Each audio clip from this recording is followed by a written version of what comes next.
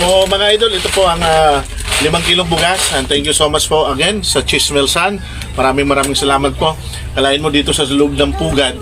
Dito natin makikita si Lilet, ano? Sherlit po. Shirley Perez. Opo. Isa po sa ating masugid na followers. At ito po ang kanyang bahay. Ayan. Kasama po natin mga idol, ang group matatag. Ayan, si advisor, si Sir Albert. Kasama din po namin ang aming pinuno, pero nandun na po nagkakapi. So kami po ang sumadya. Ayan. Para siguro sa iyo. Maraming salamat po. Ano masasabi mo?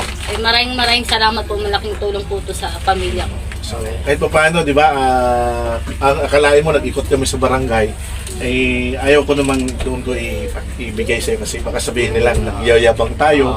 No? Yan ay maliit na tulong lang. Hindi po, malaking tulong na rin po ito para po sa pamilya ko. So, pagdamutan mo, kami nakakaya, ha? Maraming salamat Ayan. po. So, maraming salamat po muli.